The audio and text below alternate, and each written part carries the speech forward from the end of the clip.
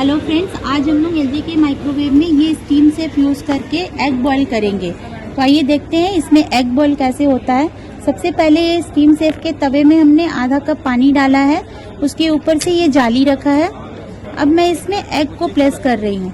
4 अंडे को प्लेस किया है और इसे डोम से मैं ढक रही हूँ। मैनुअल बुक को यूज करते हुए स्टीम सेफ की रेसिपी में हमारा ये 5 नंबर में बॉइल्ड एग की रेसिपी है। 5 के 6 में स्टीम सेफ के 5 के 6 नंबर में स्टीम एग है, बॉइल्ड एग।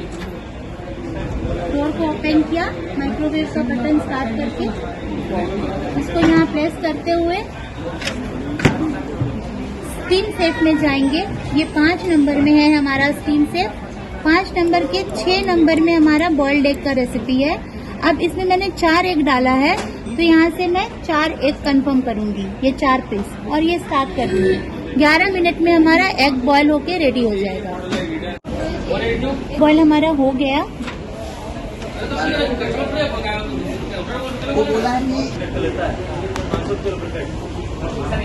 ये हमारा एग बॉयल हो गया है। अब हम इसे थोड़ा ठंडा होने के बाद छील लेंगे।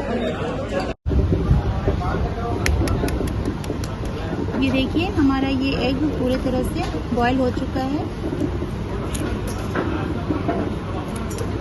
छिलका आसानी से निकल जा रहा है।